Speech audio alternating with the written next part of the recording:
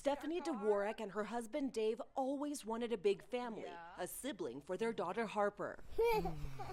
Hi.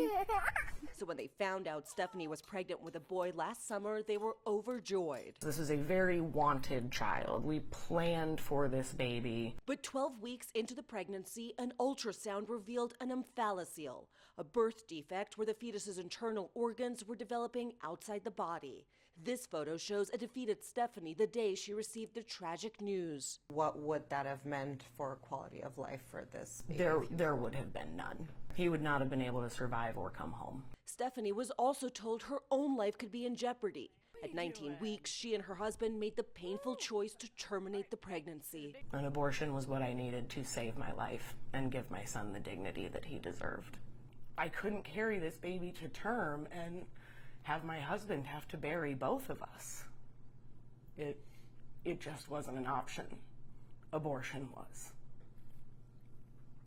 Their home state of Nebraska allowed abortions up to 22 weeks, but they couldn't find a clinic that could schedule the procedure in time. After a desperate search across nearby states, the family settled on the Boulder Abortion Clinic in Colorado. This is Dr. Hearn. Dr. Warren Hearn has been providing abortions for nearly half a century. He's 84 years old and remembers the days before Roe versus Wade.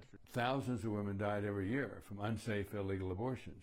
I think one of the consequences of this decision is that women will die as they did before Roe versus Wade. In Colorado, abortion is legal at all stages of pregnancy. Even before the Supreme Court's ruling last week, Colorado's family planning clinics were struggling to cope with a surge in out-of-state patients. This is sort of an abortion intensive care unit.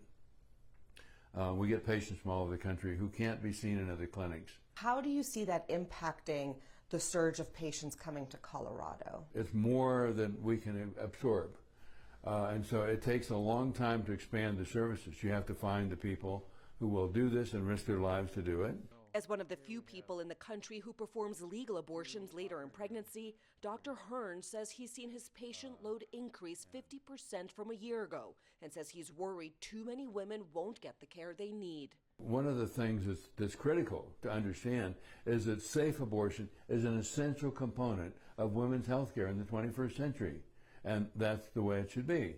And no woman's life and health should be at the mercy of the next election or her zip code. What's your message to people who say, abortion bans, and especially late-term abortion bans are, it's about protecting that child's life? I would love somebody who says that they were trying to protect my child to look me in the eye and say that he deserved to come into a world where he would have to fight for every breath he took and be hooked up to drugs for his brief existence. How is that pro-life? How is putting my life in danger pro-life? Harper still asks about Oliver James, the name the Dvoraks picked out for her would-be brother. I had to tell her that baby was too sick and that baby wasn't going to come home with us and that she wasn't going to get to meet her little brother. His ashes, hand, and footprints enshrined on the living room shelf. We very much want another child, but what if this happens again?